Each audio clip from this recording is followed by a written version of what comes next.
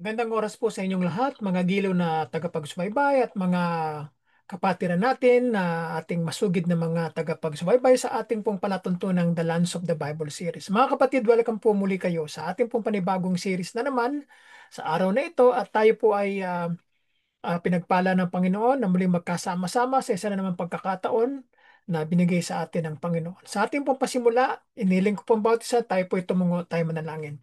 Ama naming Diyos na makapangyarihan sa lahat, sa aming pong panimula, Panginoon, ikaw po ay aming pinapasalamatan. Dinadakila namin ang iyong banal na pangalan. Kami po ay patnubayan mo sa aming gagawing pag-aaral na ito at amin naman pong pupuntahan ng isang lugar sa gitnang Israel at nawa po ay matuto kami at malaman namin ang ilan sa mga impormasyon na marinig namin tungkol sa isang lugar na pupuntahan namin sa oras na ito. Panginoon, patnubayan mo yung lingkod na gagamitin at ganun din. Ang iyong mga anak na makikinig ay pagpalain at sila gabayan sa anumang buhay nila. Meron sila, Panginoon, sa mga panahon ito. Saan man kami dako, kami po ay lubos na nagkapasalamat sa iyo. Sa pangalan ni Jesus, to ang sama-samang dalangin. Amen. So mga kapatid, welcome no, sa ating pagbabalik muli ay tayo tutungo na sa atin pong materyales at tayo tutungo na sa panibago nating lugar na pupuntahan at bibisitahin natin mga kapatid ang isa na namang lugar dito sa gitnang Israel. No? So, welcome kayo sa ating Lands of the Bible series. So ngayon, pupuntahan natin ang lungsod ng Japa mga kapatid. No? Ito ay sa panahon ng lumang tipan ay hindi ito binanggit. Bagamat binanggit ito sa panahon ni Propeta Jonah, no? Itong Japa. I'm sorry to say that, but um, inutusan ng Diyos si Propeta Jonah ano, na magpunta dito sa Ninive. At imbes na sumunod siya sa utos ng Panginoon nga, dito nagpunta sa Jaffa. At dito ay nung siya nakaalis na at siya tatakas, no, pupunta sa ibang lugar, siya ay nilunok ng isang malaking isda, no? So yan ang kwento. At sa panahon ng mga apostol, nung Panginoong Kristo ay umakyat na sa langit at naiwan na lamang yung mga apostol, ay ang mga alagad na ang siyang pumalit sa kanya. Dito nga ay makikita natin na si Apostol Pedro ay isa sa mga apostol na gumawa ng maraming mga pangangaral sa lugar na ito ng Joppa. So mga kapatid, no, dito na makikita natin ang ilan sa mga kwento ng lugar na ito. So ito yung aerial photo ng old city ng Jaffa na pinaniniwalaan ng maraming mga Hudyo na ito daw yung lugar kung saan ang mga daungan ng lumang tipan ay nagaganap, no? Itong lugar na ito. So, dito ako dumating noong 2018, ng mga buwan ng Marso, no? 2018. Itong area na ito, ako namulot ng mga maliliit na mga bato, no? Dito sa area ito na aking binibilugan ng ating corsure. So, das naglakad ako dito somewhere here, yan, dire-diretso yan hanggang sa makarating dito sa Old Jaffa, no? Itong pintuan ng Old Jaffa na siyang original na location ng Old Jaffa, itong lugar na ito. So, papasok ka sa loob na ito at unti-unti mo nang makikita ang ilan sa mga lumang syudad sa loob, ano? Mga lumang tahanan. Diyan din makikita ang bahay ni Simon the Tanner, na bahay na tinuluyan ni Apostol Peter, at doon sa taas ng kanyang bahay ay nagkaroon si Pedro ng pangitain ng merong isang kumot na naglalaman ng iba't ibang mga hayop na hindi kinakain ng mga Hudyo. At doon nga winika ng tinig na kumain ka, no? At ay inutusan siya na kainin ng mga karne ng hayop na nandoon sa loob ng kumot. At winika nga ni Apostol Peter na hindi siya kumakain ng hindi malilinis na mga karne o ng mga hayop na hindi kinakain. Pero ang sabi ng tinig ay ang lahat ng mga nilinis ng Diyos ay malinis na, no? At ito ay hindi tumutukoy na literal, kung hindi ito ay spiritual ang ibig sabihin, kung hindi tumutukoy sa lahat ng mga tao na sa buong mundo na kahit na hindi sila mga Hudyo o Israelita, kahit na sila ay mga Hintil, ay sila ay meron ding karapatan o magkaroon ng privilege na maligtas. So yan ang ibig sabihin ng pangitaan ni Apostol Pedro dito sa Jaffa, no? Sa Yapo kung tawagin sa panahon natin ngayon. So ngayon, um, mamaya kung lolobin ng Panginoon, papakita ko sa inyo ang ilan sa mga larawan na kinunan ko dito sa Old City ng Jaffa. At dito ako naglakad, paglabas ko rito sa harapan ng Old City ng Jaffa, ay naglakad ako papunta doon sa kanan. At hanggang doon, naglakad ako papunta doon sa mga bangka na ginagamit, ano. So doon hanggang doon sa dulo, no. Maluwang 'yan eh. So tabi ng Mediterranean Sea, mga kapatid, ano, ang Old City ng Jaffa. So tingnan natin ang ilan sa mga kwento ng Biblia, no. So ang biblical na bayan ng Joppa ay kilala ngayon bilang Jaffa. Tel Aviv Jaffa ang tawag diyan sa ngayon. Ito ang pangunahing daungan ng baybayin bago itinayo ng mga Israelita ang daungan ng Haifa at ng Asdod, no? Ang tawag sa mga mamamayan ng Israel ngayon ay Israeli. Hindi na sila tinatawag na mga Israelites o Jew, kasi ang Jew ay pangalan ng kanilang religion. So ang tawag na sa kanila ay Israeli, no? Israelite sa panahon na nahati ang kaharian, no? The Kingdom of Israel, ang tawag sa kanila ay mga Israelites. At yun namang kingdom sa south ay ang mga tinatawag ng mga Jews. So ngayon, wala nang Kingdom of Israel, wala nang Kingdom of Jew, kundi State of Israel na. So ang tawag sa, excuse me, kanilang mga mamamayan ngayon ay Israeli. Pag sinasabing Jew, ito ay tumutukoy sa kanilang reliyon, no, Judaism.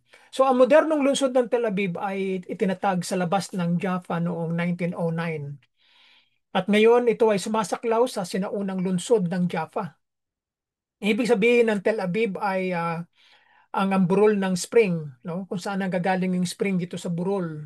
At ito ay kapareho ng pangalan ng lungsod ng isang pamayanan sa Babylon sa panahon ng pagkatapon, no? Nung Ezekiel chapter 3 verse 15, no? Kapangalan, no? So ang lugar ng Tel Aviv ay ang pinakamalaking metropolitan area sa bansang Israel sa ating modernong panahon ngayon.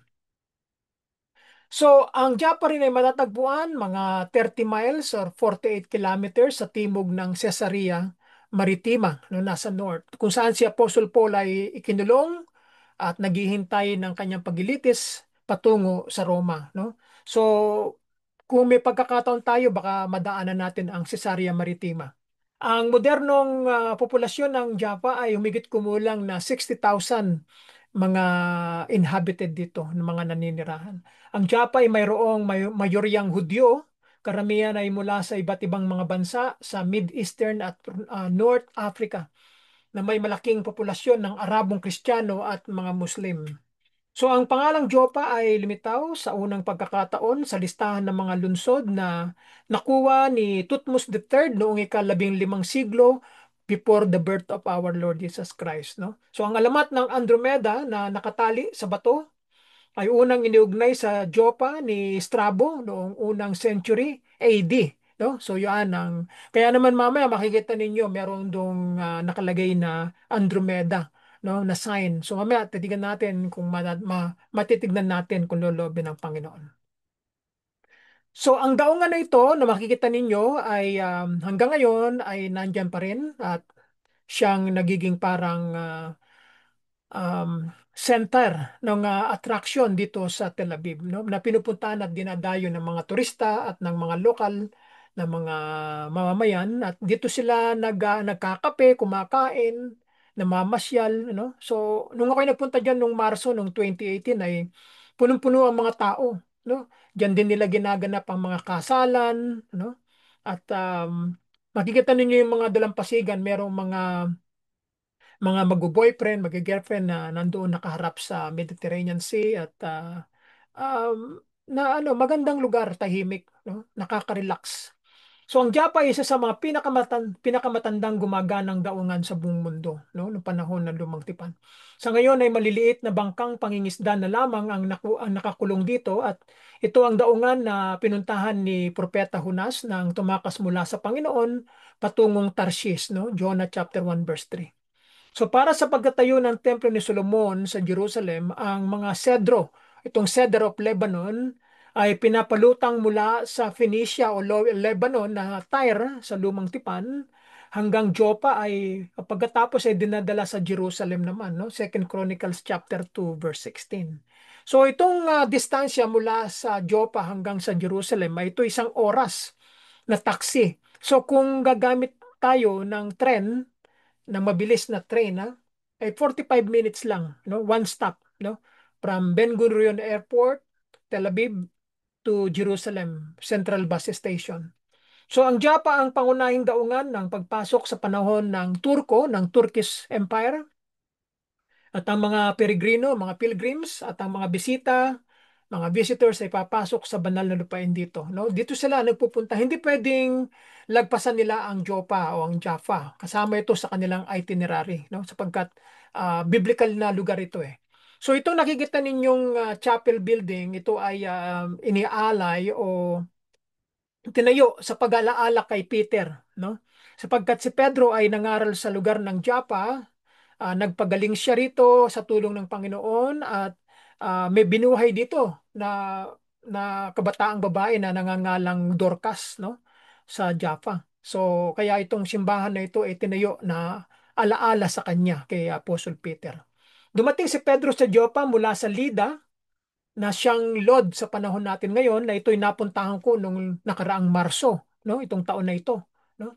At meron tayong mga larawang ipinakita dito noon. So upang buhayin si Tabitha na tinatawag na Dorcas mula sa mga patay, no? Makikita ninyo yan sa Aklat ng Mga Gawa chapter 9 verse 36 hanggang 42. So habang nasa Jope, ang apostol na si Pedro ay nanatili sa bahay ni Simon na taga-Tanner o siyang nagtatrabaho na mga mangbabalat, no? Ibig sabihin yung mga leather, no? Ang trabaho niya um, naglalagay ng mga preservative doon sa leather, no? So yan ang trabaho ni Simon the Tanner. So kinupkup ni kinupkup ni Simon the Tanner si Apostle Peter at upang patirahin do sa kanyang bahay at doon nga 'di ba nagkaroon ng pangitain si Pedro sa taas ng bubungan na kanyang tinutulugan ng mga panahong yan. Nang si Pedro ay nananalangin sa bubong ay nakita niya ang isang malaking kumot na puno ng mga hayop na ibinababa mula sa langit, no? Acts chapter 9 verse 43. Excuse me, at chapter 10 verse 23 na nagpapahiwatig sa kanya na sumama sa mga mensahero ni Cornelius, no? Itang Roman centurion doon sa Caesarea Maritima. Ang simbahan na ito ni Apostol Pedro ay minarkahan ng tradisyonal na lugar ng pangitain ni Pedro ng dakilang kumot na iba't ibang mga hayop ang nakalagay doon. So ito yung dahilan kung bakit itinayo ang simbahan ni Pedro dito sa Joppa. So, ang Joppa rin ay kilala rin bilang Jaffa sa panahon ngayon, modern day. Ito yung pinaka-side na, papasok na doon sa old city ng Joppa, no? Ito yung makikita ninyo pagkalagpas nyo yan at kakaliwa na kayo papunta doon. Ay isang makabuluhang lungsod sa Biblia na makikita sa Luma at sa Bagong Tipan, no? Isa itong mahalagang daungan sa sinaunang kasaysayan at binanggit sa ilang kwento sa Biblia, kabilang ang pamana ng tribo ni Dan na binanggit sa Joshua chapter 19 verse 46 at ang lupain ng Joppa ay ibinigay sa tribo ni Dan, no? So ang pagtatayo ng templo sa Second Chronicles chapter 2 verse 15 hanggang 16 at sa aklat ni Ezra chapter 3 verse 7 na ang Joppa ay ang daungan kung saan ipinadala ang mga trosong cedar o cedro mula sa Lebanon o Tyre sa Lumang Tipan upang itayo ang templo sa Jerusalem ni Haring Solomon. Ang kwento ni Propeta Jonas sa kanyang aklat ay sumakay si Jonas sa isang barko dito sa Joppa upang tumakas mula sa Diyos sa halip na pumunta sa Ninibe upang mangaral ng pagpapanumbalik sa Diyos at magsisi ng kanilang makasalanan. Kung hindi nagtago at tumakas si Joppa sa paningin ng Panginoon. So ang pangitain ni Pedro na binanggit sa Acts chapter 10 verse 11 na si Pedro ay tinawag ng Diyos sa mamamagitan ng isang pangitain dito sa Joppa upang ipangaral ang ebanghelyo kay Cornelius sa Caesarea Maritima at sa kanyang sambayanan. at naging dahilan kung bakit si Cornelio ay nahikayat sa pananampalataya. At ganun din ang kanyang buong sambayanan. At doon nga ay binautismuhan si Cornelio at ganun din ang kanyang buong sambayanan at naibigay din sa kanila ang pagkatanggap ng mga apostol na banal na espiritu, no? So, yan ang kahulugan ng pangitain o panaginip ni Pedro doon sa itaas ng bubungan ni Simon the Tanner. Ang pagkapagaling ni Pedro kay Dorcas sa mga Gawa chapter 9 verse 36 hanggang 43 ay pinagaling ni Pedro na sa tulong ng Panginoong Kristo ang isang babae na nangangalang Dorcas sa Joppa. No? Yan ang mga kwento dito sa lungsod ng Joppa. So ang Joppa ay nasa ibaba sa dagat, no? Nakaharap sa Mediterranean Sea. At ang Joppa ay matatagpuan sa baybayin ng Mediterranean sa modernong panahong Israel, mga 40 milya hilagang kanluran ng Jerusalem at ito ay bahagi ng lungsod ng Tel Aviv-Yapo.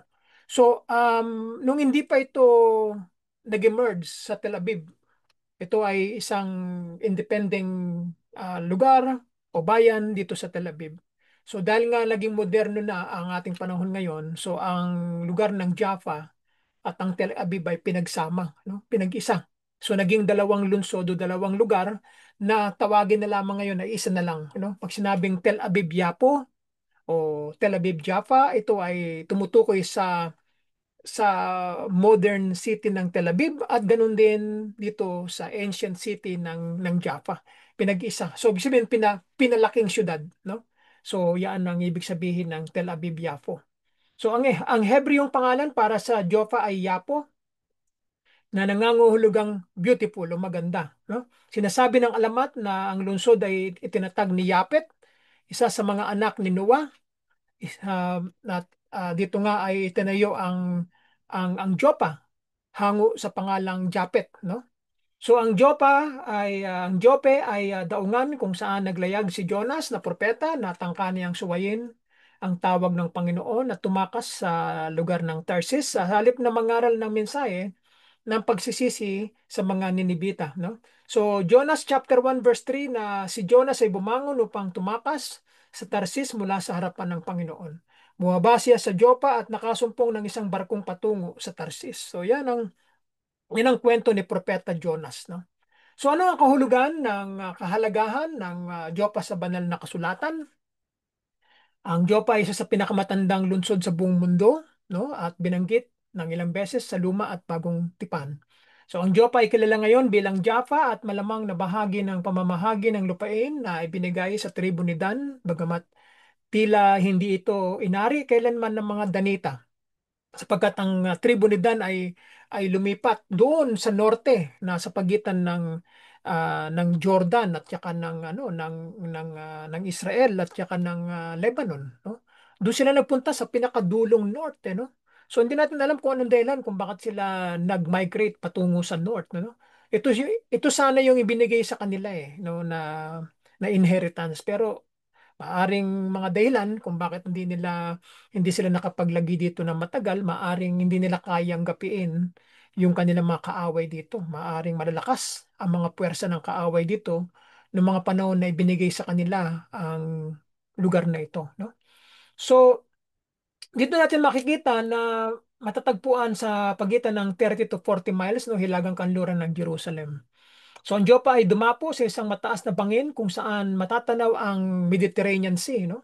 Sa bandang kaliwa at nagsilbing pangunahing daungan ng Jerusalem. So kung pupunta ang mga tao sa Jerusalem galing ng east, no? Galing ng Greece, ng Turkey, ng Italy, ay dito sila lalapag sa Joppa. Tapos pupunta na sila sa Jerusalem. So ang mababang pasamano ng mga bato ay nakatambay sa ibabaw ng dagat at bumubuo ng isang maliit na dangungan. Talagang perfect na maging port ito, seaport. At talagang magandang daungan ng mga panahon yan. So sa panahon natin ay hindi na siya katulad nung panahon ng Turkish Empire sapagkat na nung mga panahong iyon na mga panahong sabihin na natin mga 15th century, 16, 17, 18, bago dumating ang mga British ay ang mga Turkish na namumuno dito sa Israel ng mga panahong yan ay ano sila rito nag-aangkat sila ng mga oranges, no? Kasi nung ako'y nagpunta dito, nagtour ako dito sa Jopa ng 2 oras, ay pinuntahan namin yung malaking ah, orange na statue na nakabitin sa mataas na lugar, no? Gawa ewan ko kung ito ay golden plated na metal, no? Na orange, no? So ibig sabihin, ito ang produkto na kanilang inaangkat, no? Pumapasok, lumalabas sa Palestine ng mga panahong yan at inaangkat sa mga iba't ibang mga bansa, no? Sapagkat ng mga panahong yan ang Jopa ay nagpo-produce ng maraming oranges, no? So yan. So dito ang Diyopa rin ay daungan kung saan dumadaan ng mga troso, para sa muling pagtatayo ng templo ng Diyos sa Jerusalem na pinahintulutan ni Haring Ciro ng Persya, no? Noong pagbabalik, no? Dito sa sa Israel na pinangasiwaan ni na Ezra at tsaka ni Zerubbabel, no? Binanggit sa kanyang aklat ni Ezra chapter 3 verse 7. So, ang mga puno ng mga cedro o ng mga cedar tree ay inani sa Lebanon o sa Tyre, at ang mga puno ng kahoy ay pinagsama-sama sa malalaking balsa na pagkatapos ay lumutang sa timog patungo sa daungan ng Jopa. So, yan ang kwento, no, ng Jopa, at makikita ninyo ang Caesarea Maritima ay nasa north ng Jopa. Nung ako ay nag-travel dito noong 2018, no, itong Jopa ang aming base. At umakyat kami papuntang Caesarea, no, by bus. So, sandali lang. Siguro wala pang more than an hour lang. Kung hindi ako nagkakamali, nakarating na kami sa Caesarea, no? Tapos tumungo na kami sa parting north na, no? At amin ang pinuntahan yung mga lugar dito sa north, no? At dito naman sa Joppa, sa Jerusalem, ay 1 hour by taxi to, no? Papunta diyan. At kung sasakyan ninyo ang train, 45 minutes lang, no? Mas mabilis ang train. So nakita nyo yung Lida, oh. Napuntahan ko din ito yung Lida nung nakaraang Marso. Ang pangalan sa panahon natin ngayon yan ay LOD, no? Yan ang Hindi ko napuntahan diyan yung archaeological site ng Lida. Kung hindi doon lang sa pinaka ginagalawan ng bus, no? Kasi hindi ko alam ang pinaka-location noong archaeological site kaya hindi ko siya napuntahan, no? Kaya limitado yung galaw ko nung ako'y nagpunta rito sa Lida, no? So, yan lang mga kapatid, ang nakikita ko dito sa aking tour nito noong 2018. So, titingnan natin yung yung bago ko sa inyo ipakita ay yung mga larawan ay ito, nabanggit ko na ito kanina, no? So hindi ko na ito sasabihin sa inyo. So tingnan natin, ito ay 2 oras akong nag-tour dito nung March 16 to 17. 2 araw akong nag-stay dito sa Jaffa na siyang ating binabanggit sa panahon natin ngayon na Jaffa, ngunit ito yung biblical na Jaffa, no? Nung panahon ng ng lumang tipan, so tignan natin, at okay, tignan natin, lipat tayo sa ating, oh, ayaw siyang mawala. Okay, good. Okay, titingnan natin yung mga larawan, mga kapatid, so andito pa rin tayo at teka, balikan ko yung kasi baka mamaya hindi tayo, ayun, isi-share natin. Kung mamaya dito eh. Ayun, so abot na lang kita ko. Alright, so mga kapatid, tignan natin, ang mga pictures na ating napuntahan, at ma-enjoy natin yung ilan sa mga larawan na makikita natin. So yan mga kapatid, ito yung unang larawan na aking kinunan. Ito na yung doon sa nakita nyo kaninang aerial picture nasa Impapawid. um, Lumakad ako doon sa bandang unahan pa. So ito yung nakita ko na himpilan ng mga malilit na mga bangka, no? Ito yung parang hindi to kumakain ng mga tao, nagkakape, kumakain at nag-hangout sila, Lalo kapag panahon ng Webes ay yun ang pinaka Friday dito sa Israel, no? Yung Webes. Kasi Biyernes, Sabat na yun eh. Pagka papahapon na, wala na. Tahimik na ang mga tao niyan. Mga bandang alas 5 ng Biyernes hanggang the whole ng Saturday, tahimik yan. Walang gaano naglalakad sa daan, no? So, ayan, tingnan natin. So, yan ang makikita ninyo kung ano, maalala ninyo na noong panahon na nila Peter ay isang daungan yan, ano, na busy, mga tao nangingisda, no? So, ngayon, ganyan din, no? Nangingisda din yung mga, ano, yung mga tao dito. May mga lambat sila, no? So, yan ang kanilang mga ginagawa sa panahon natin ngayon. So yan, kinunan ko siya eh, no? Maganda, malinis ang tubig, no? At ito ay nakakonekta sa Mediterranean Sea, no? So yan, nakaka-refresh yan, nakaka-relax yan kapag nandito kayo. Mararamdaman ninyo yung samyo ng ano ng hamog ng tubig, no? At dinadala ng hangin papunta sa pangpang, no? So lalo tigit pagka mainit, nagbibigay ng magandang pakiramdam yung ano ng tubig, no? Samyo ng tubig na galing sa Mediterranean Sea. Ayun, kita ninyo yung malaking bakal na ito, no? So, maaari ito yung ginagawa nilang timon, no? Pag yan ay inuulog sa tubig, sa dagat, ay titigil ang bangka, no? At um, at ito naman yung kanilang ginagamit kapag sila ay mag-stay dito sa harbor, no? So yan, dinadaanan ng bangka yan. Tapos, didiretso na sila doon sa pinakamalawak na Mediterranean Sea. No? Ito yung loob eh. O yan, nangingisda yung mga Israeli. No?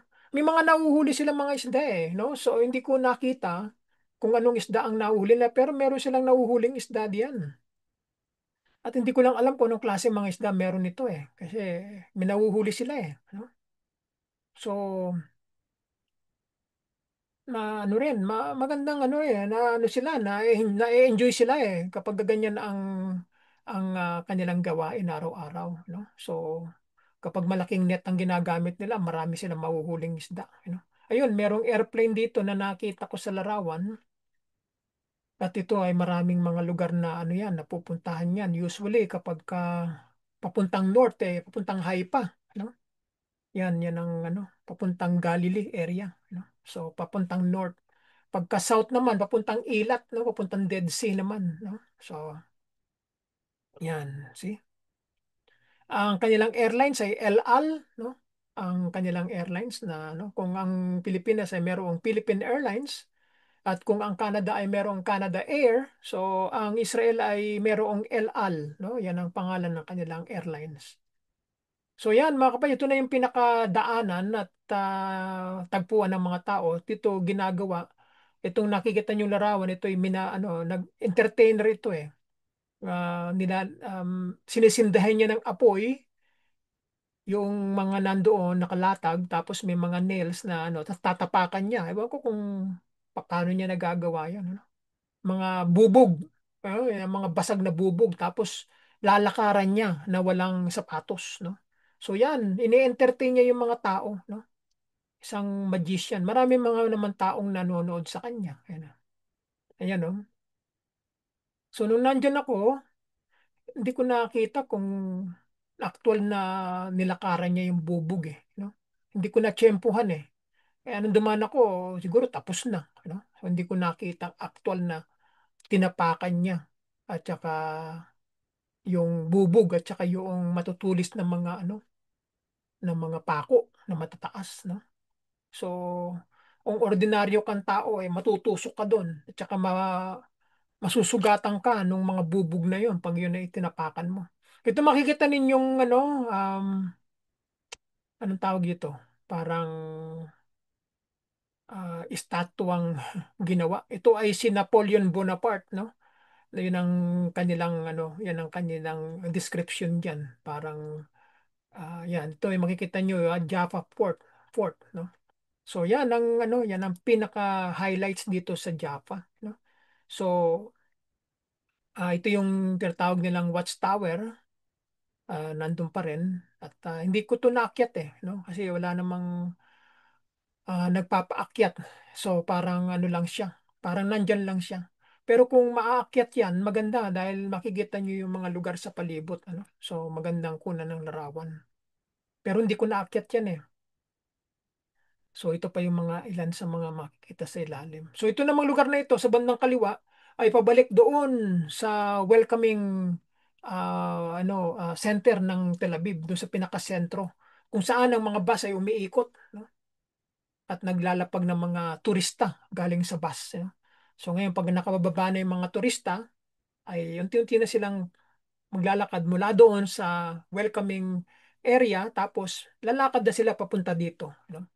Yan. Kasi isang diretsong mahaba yan eh, no? So lalakad sila para makita yung ilan sa mga lugar dito na ito yung sinasabi ko sa inyo kanina na papasok na malapit dito sa gitna ng entrance papasok sa old city ng Jaffa, no? Ito ay parang simbahan ito eh, no? Na ko siguro Orthodox kasi may mga picture eh. No? Ganyan ang Orthodox eh. Mga pictures lang sila. Wala silang mga rebulto o images, basta mga larawan lang. So, Armenian Convent of Saint Nicholas. So ito pala ay Armenian Convento, no? Armenia. So, itong church na to ay tinatag ng mga monks, no? At ganun din nagsiserve din ito bilang guest house para sa mga Armenian pilgrims, no? Na dumating by sea, no? Galing sa barko at upang bisitahin nila ang Holy Land at ang mga Christian shrines, no? Kaya noong March 1799, si Napoleon Bonaparte, ang kanyang army, ay inoccupied ang city ng Jaffa, no? Nakarating si Napoleon Bonaparte dito sa Jaffa. Inoccupied nila itong lugar na ito. At yung Armenian convent ay nag-serve kay Napoleon no Bonaparte upang kanyang as a hospital, ginamit nila itong lugar na ito. At binisita ni Napoleon Bonaparte at ang kanyang mga sundalo ang ilan sa mga church dito na nakita nila nung sila dumating, no? Para sa mga Armenian community nung dumating sila. Itong lugar na ito na nakikita ninyo. Ito ang pinuntahan ni Napoleon Bonaparte. Itong building na ito na makikita ninyo. No? So yan. So, yan ang kagandahan kapag ka napipreserve ang isang lugar at nakakatuwa namang isipin na meron palang mga nangyaring mga kasaysayan dito sa lugar na ito, no? So ito na yung makikita niyo, napakaraming mga tao at makikita niyo yung background. Yung makikita niyo yung building doon sa pinakadulo, yan ay yung mga modern city ng Japan na yan, ano? Ito, the Sea Mosque. Ito yung kung tawagin. Itong nakita niyo kanina, no? Yung The Sea Mosque kung tawagin. Itong mosque na ito ay ang kung tawagin ay kurkar, blocks. Ito ay tinayo noong 17th century ng mga Muslim sailors and fishermen prayed here before they going to the sea. No? So nananalangin muna sila bago sila maglayag patungo sa karagatan ng Mediterranean. Excuse me. So ngayon, ito na, yung kalagitnaan na at malapit na tayong makarating doon sa gitna, no? Ito yung sa bandang kanan, shortcut ito papunta doon sa likod ng Old Japa Gate, Old Japa City sa likod. Ito yung pinaka-shortcut. At kung dadaan kayo doon sa gitna na pasukan ay pag kayo ay lumakad papunta doon sa loob hanggang sa labas ay doon kayo sa kabila lalabas at ito naman yung pinaka shortcut yung ibang daan, no? So pag nandito kayo dumaan ay iba naman ang makikita ninyo at ibang klase na magagandang mga tanawin, no? Ayan, so mga shortcut na yan eh. So yan ay aking pinuntahan din dinaanan at makikita yung mga nakita ko nung habang ako'y dumadaan. So yan mga kaibigan, mga kapatid, ng ilan sa mga larawan na aking kinunan at ito nga yung The Jews Compound. Ayan, no? The Gate to the Ancient World, itong Old City of Jaffa kung tawagin. So itong mga lugar na ito ay para sa mga Jews lamang ang mga naninirahan at walang ibang mga lahi rito maliban sa kanila, no? So ang nangangalang Isaiah Ajiman ng galing taga Istanbul lang ang was close to the Turkish rulers ng mga panahon ng Turks, ang mga empire nung panahong yun ay binili itong building na ito dito sa Jaffa noong 1820. At inestablish niya ang isang guest house dito at isang synagogue para sa mga peregrinong mga Hudyo, ha? Para pag pumunta sila rito, magbibisita ay meron silang mapupuntahang synagogue. Ang bahay na ito ay nagsilbing maliliit na community ng mga Hudyo dito sa Japa for over 100 years, no? 101 years. Hanggang sa dumating yung riot noong 1921, when it was destroyed nung sinira ito noong 1921, at its location was recently rediscovered. So nung winasak ay nadiskubre uli, no? Noong 1921. Siguro nga dahil sa digmaan, no? Ay nawasak dahil sa digmaan. So ito yung mga nakitang mga na ano na mga natagpuan. So ito ay um, may kahulugan sa kanila, no? Kung ano yung mga lugar na ito, ano? So ito sa wikang Hebreo makikita yung Jaffa Coastal Canon, Ottoman period noong 1515 hanggang 1917, no? So ito yung mga kanyon na ginamit, no, sa digmaan ni ng mga Napoleon Bonaparte, no? At binigyan nila ng idea kung ano ang mga nangyari ng mga panahon ng 1515 hanggang 1917, no? So yan. So, ito pa yung isa pang makikita natin na malaking mga bato doon sa gitna, no? Ito yung sa labas na ito ng Old City ng Jerusalem na eh. Nasa labas ito. At ito na yung harapan ng St. Peter Church, no? At nung dumating ako rito ay sarado ito at hindi to open sa public. Kasi nga ay pag hindi to open ay hindi mo to mabubuksan, hindi mo to mapupuntahan sa loob, no? So yan ang ano, doon sa labas, kita ninyo maraming mga kubol ay mga ano yan, nagtitinda ng mga souvenirs, no? At mga porcelas, kwintas, no? Na handmade, no? Na ginawa ng mga Israeli. Marami naman mga bumibiling mga turista.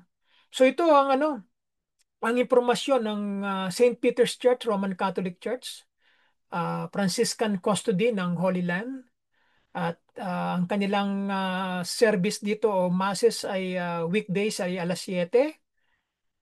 Siguro gabi ito eh, no? Saturdays, Spanish niya, yung 18:30. Alas 6:30 ng gabi sa Spanish. At meron ding alas 6:30 ng gabi sa Hebrew. At paglinggo naman, alas 9 ng umaga sa English. At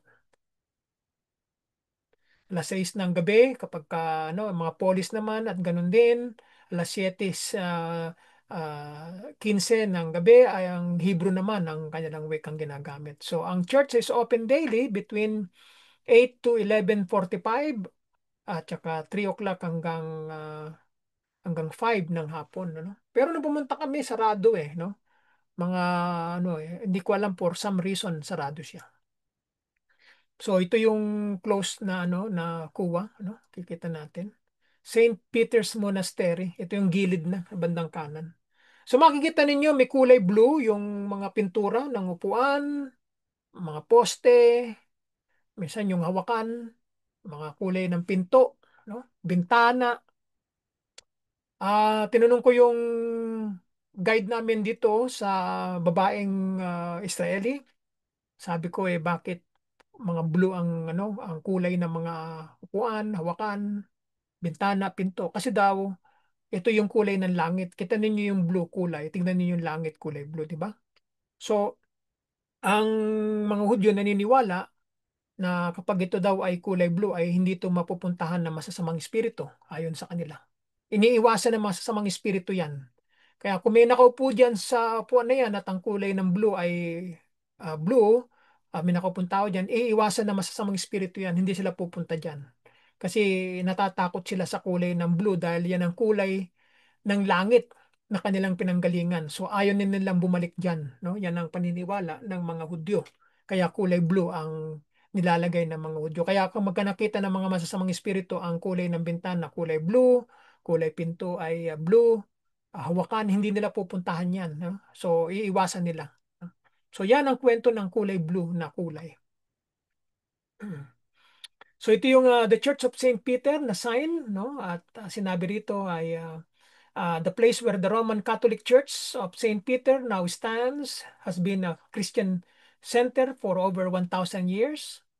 In the 16th century, a church and inn for pilgrims was built here and apparently on the ruins of an earlier church. So the construction of the present church was completed in 1894, as opposed to the most churches which face east. So the Church of St. Peter faces west toward the sea, over which Peter's famous vision appeared. Di ngayon nga pong kumot na maraming mga hayop na unclean animals where he is regarded as the first pope ng Roman Catholic. You can hear about the story of Peter's vision at the Kudimim Square Visitors Center. So yan ang pagkabanggit. So ito pa yung mga tourist public center o police center ng Old Japa, no? At makikita natin ito yung gilid ng church, itong simbahan ni Saint Peter dito sa Japa. Kinunan ko yung gilid ng building at ganun din magkabila, left and right. Ito yung sign ng Old Japa, Time for Art, Design and Culture, malaki. Ito makikita natin yung may mga numero. Yan ang guide, no? Tignan ninyo yung number 5, tignan ninyo yung number 5 dito, yun, bibigay sa inyo kung ano yun, lugar na yun. Kung hinahanap ninyo dito, kung gusto niyo puntahan, yung Japa Port to warehouse, tignan niyo yung 31. So, hanapin niyo yung 31. So, excuse me, kung nakita niyo yung 31, doon kayo pupunta. Ayun, 31, no? So, yun ang, alam nyo na kung saan na kayo pupunta. So, yun yung pinaka-guide nila. So, maganda siya eh. So, ito yung bandang kanan, bilihan ng mga drinks, no? Pomegranate juice, no? So, mga berry juice, orange juice, no? Ini-squeeze yan eh. No? So, yan ang mga local businesses dito. Umupo kayo dito kung gusto nyong kumain, mag-relax. So, meron silang mga 55 shekels na combo, pagkain. May french fries, may burger, mayroong drink, So, yan ang kanilang orderin mo sa kanila sa restaurant. Nung pumunta kami rito ay maganda, medyo ang klima maganda, Hindi mainit, hindi gaano malamig at napakaganda. Ito na yung kay Napoleon Bonaparte, historical site kasi ito ang design ng damit ni Napoleon Bonaparte, nung nagpunta siya dito. Ayan. Ito yung Old Jaffa na sign. Ayan, kita niyo yung yung design ng fountain, Ayan. Nakaharap dito sa Church of Saint Peter. So yan mga kapatid, ang mga ilan sa mga larawan na ating kinunan at ito yung Japa, ang sign ng Japa, So, ang nakalagay dito, the Japa Fort is one of the oldest forts in the world and almost, hindi ko ganong mabasa yung sign eh. Continuous operation for the past 4,000 years. So, the port takes advantage of um, calcareous sandstone, medyo malabo, fields that create a natural breakwater and safe haven. So beginning in the mid 19th century, the port was expanded and upgraded, but it still could not accommodate large steamship, malalaking mga ship. This anchored at sea with cargo and passengers ferried to land in small boats. So the British mandates saw construction of concrete pier and breakwater along with large warehouses and cranes. During the 20th century, the port gradually began to sink. After 1965, it was no longer used for cargo. So yan pala ang impormasyon ng Jaffa, no? Ng Jaffa Port. So, yan ang ilan sa mga makikita natin na larawan kapag kayo nagpunta rito sa Old City ng Japan, no? Napaka-relax yan pag kayo nagpunta dito. Nakita ninyo yung mga bubungan, no? Ganyan ang idea nung panahon ni Apostle Peter, ano? Flat ang bubungan nila. Kaya naman si Pedro, nung siya ay nagpunta sa taas ng bahay ni Simon the Tanner, ay nanalangin siya. At siya ay, habang siya nananalangin, ay nakakita nga siya ng isang pangitain dito sa bahay ni Simon the Tanner. Ito na yung labas, nung labas ng old city ng Jaffa, no? Ito na yung pinakalabas na. Dito kami dinala nung aming guide dito sa lugar na ito at kami ay binigyan ng mga inumin, no? Tubig at saka orange juice dyan sa lugar na yan. Ayan. So, yan ang mga ilan sa mga visitor center. Ayan, Aharon Askenazi, no? Ang gumawa ng sculpture na ito, no? So, yan. Ang labas ng Old City ng Jaffa. So, ito yung house, church ni Saint Peter dito at ito na yung pinakagitna ng park kung tawagin. Kita niyo yung kulay na blue, oh. Yan ang ano nila, pinapintura nila. Tsaka yung kita niyo yung blue dito sa building na ito, blue din ang kulay ng kanilang mga bintana. So, ayun, nung kita niyo yung gate, oh, blue at saka yung rehas, blue. Yung mga kulay ng bintana, blue, blue, lahat blue. No? So yan ang paniniwala nila. Yung upuan na yan, blue din yan. No? Sky blue kung tawagin. No? So ito pa, oh, yung sign, sky blue. So, yan naniniwala ang mga Hudyo na kapag yan daw ay ipinahid mong pintura ay hindi pupuntahan ng masamang espiritu yan. Lalayuan. Lalayuan kayo ng mga masasamang espiritu. Yung kita nyo yun, no? Kulay ng upuan, kulay blue. Sky blue. Ito na yung mga, ito yung tatawag na Abrasia Park. Yan, itong lugar na ito. Nasa gitna ng Saint Peter Church dito sa Tel Aviv. Sa Jaffa. Jaffa. Ito yung lugar na ito ay gumawa sila ng Statue of Faith, Jacob's Dream, The Sacrifice of Isaac, The Fall of Jericho. No? So yan ang ginawa nila rito. Yan ang ilan sa mga palibot ng the modern city of Jaffa, no? Sa panahon natin, nakaharap sa Mediterranean Sea. Yan, ito yung pinakamahabang larawan, ano? So, maganda siya, eh. Halos karamihan lahat ay walang tigil na kumukuha ng mga larawan upang maging alaala nila rito, no?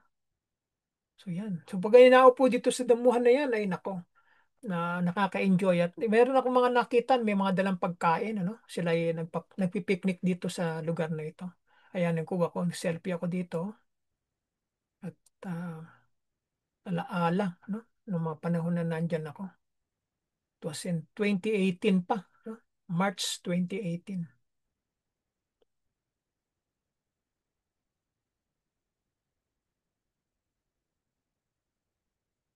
Masarap siyang balik-balikan kapag nakikita mo yung mga larawan ay maalala mo yung mga time na iyan. At ito naman yung Japa Museum. Ito aking inakyat din ito yung loob. Tinignan ko yung loob niyan. At marami akong mga nakita diyan na mga artifacts, no? Na ito nga pinasok ko ito, Japa Museum, ano? Kita ninyo. Nung pinasok ko yan ay ang mga natagpuan ko, no? Mga nakita nila, mga na-retrieve nila, diyan nila lahat nilagay yung mga natuklasan nila. Ito na yung welcoming, eh. Welcoming na lugar, no? Ito yung tinatawag na clock tower. Yan. Itong clock tower na yan. Kapag kayo nagpunta rito sa Tel Aviv, ito makikita ninyo itong clock tower, no?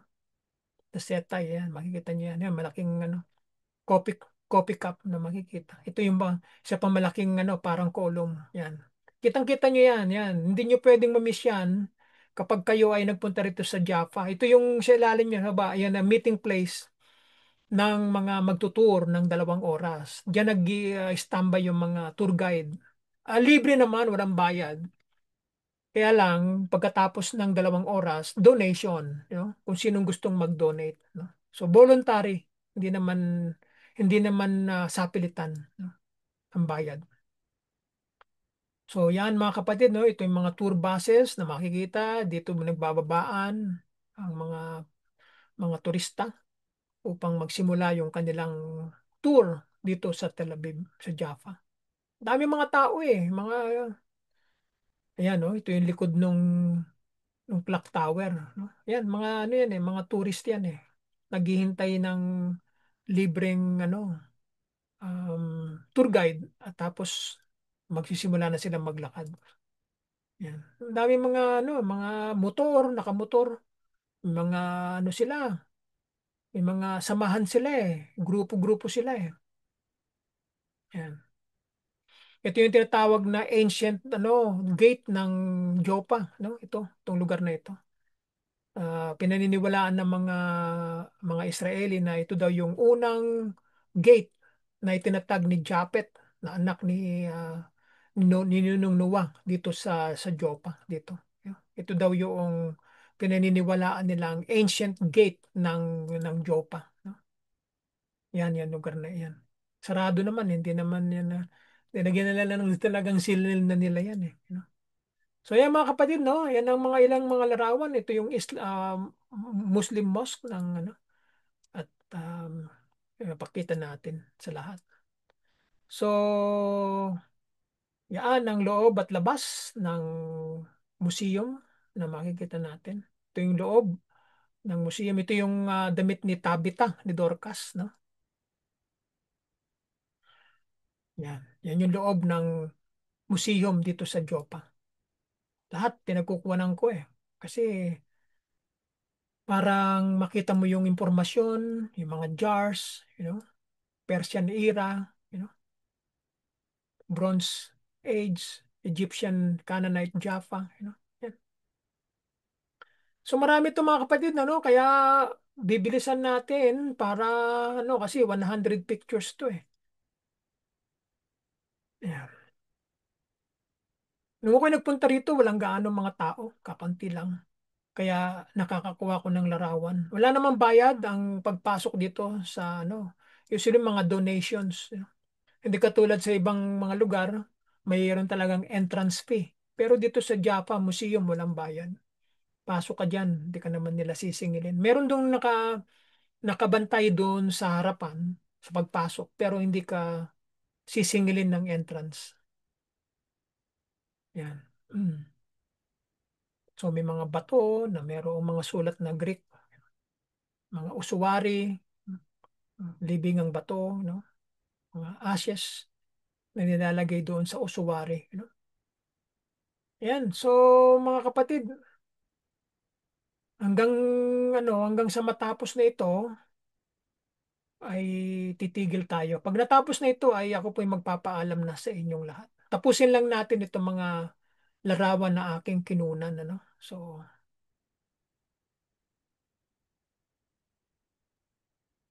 walang tao eh, oh. Nakapansin ninyo, no? Ito yung pinakabintana sa labas. Yan, itong damit ni Tabitha, iba't ibang kulay, no? Yan. Yan, ganda oh. Ito na, nasa labas na, papunta na, pabalik na doon sa pinaka-main, no? Yan. Yan na. Pabalik na doon sa pinaka-sentro. Yan, itong Tel Aviv Yapo. Dito kumukuha ng mga larawan ng mga tao. Diyan sa sign na yan.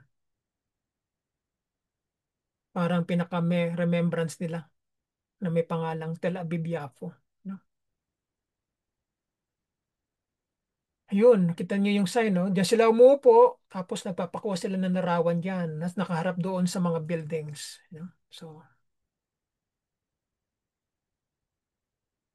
yan lang ang buong Japa, mga kapatid, no? Wala na kayong mga iba pa makikita diyan. Yan ang pinaka-heart ng city ng Old City of Jaffa, itong lugar na ito na nakita ninyo ngayon ng mga larawan, no? Malawak siya eh. So, 2 araw akong nag-stay dito sa Jaffa upang libutin yung mga lugar. At pagkatapos niyan ay tumungo na kami sa Caesarea Maritima sa north. Yan. So, okay mga kapatid, ano? So, ito yung tatawag na wishing bridge, itong lugar na ito. Na kapag daw kayo ay, yan, itong bridge na ito, pag daw kayo nandyan, ay mag-wish daw kayo, sabi nila.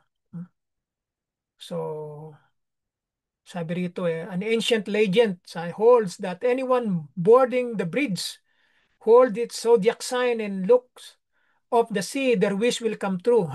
Kung naniniwala daw ang mga tao sa zodiac sign at mag-wish, ay magkakatotoo yung kanilang wish. Ako naman, hindi naman ako nag-wish kasi hindi naman ako naniniwala sa zodiac sign eh.